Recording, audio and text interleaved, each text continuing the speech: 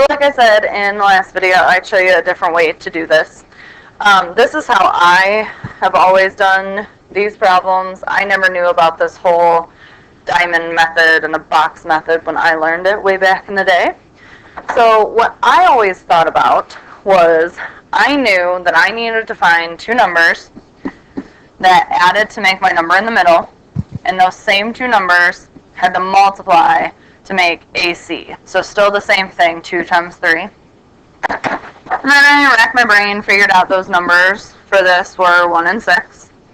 And I wrote it in here twice to kind of double check. 1 plus 6 does give me 7, and then 1 times 6 does give me 6. Obviously this is an easy one to do in your head, but when you have negatives, it sometimes helps to actually see it written out. And then I used these two numbers, this 1 and the 6, to break up this middle term. Because when something has 4 terms, like this, and it doesn't matter what order you put it in, just like for the box, it's 3, we can factor by grouping. So even though normally you would combine those to get the 7x, I figured I would split them up. Now once they're split up, I can just focus on these two and say, all right, they have an x in common, and then I have left a 2x plus 1. And then these two terms, I can yank out a 3, and then they have left x plus 1. And then just like this stuff we did in 8.2, whoops, I forgot 2 in here. I got to do 3 times 2 to give me 6x.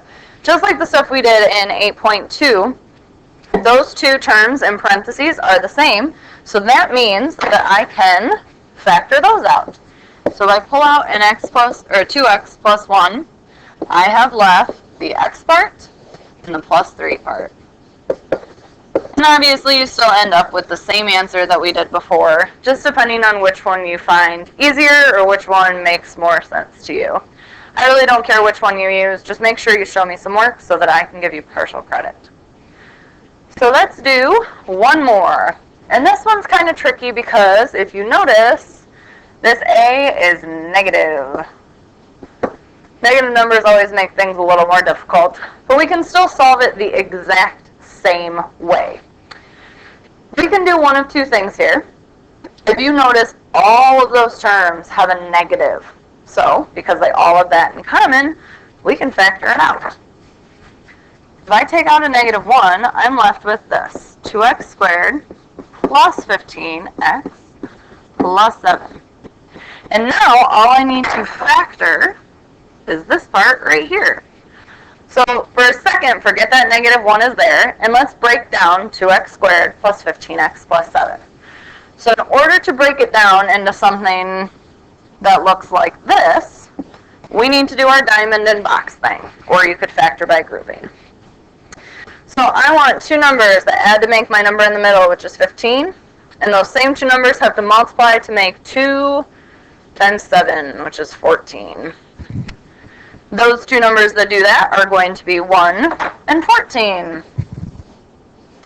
Now the thing people mess up is they want to go up here and put these in there. But if you double check your work, x times x is not going to give you 2x squared. It's just going to give you x squared.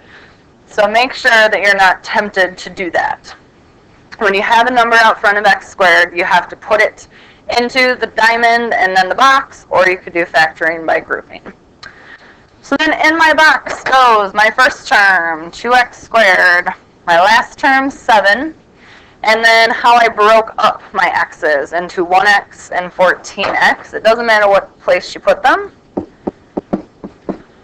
And then we factor out. So on the top here, the only thing I can take out is an x. And then on the bottom, they both have a 7 that I can take out.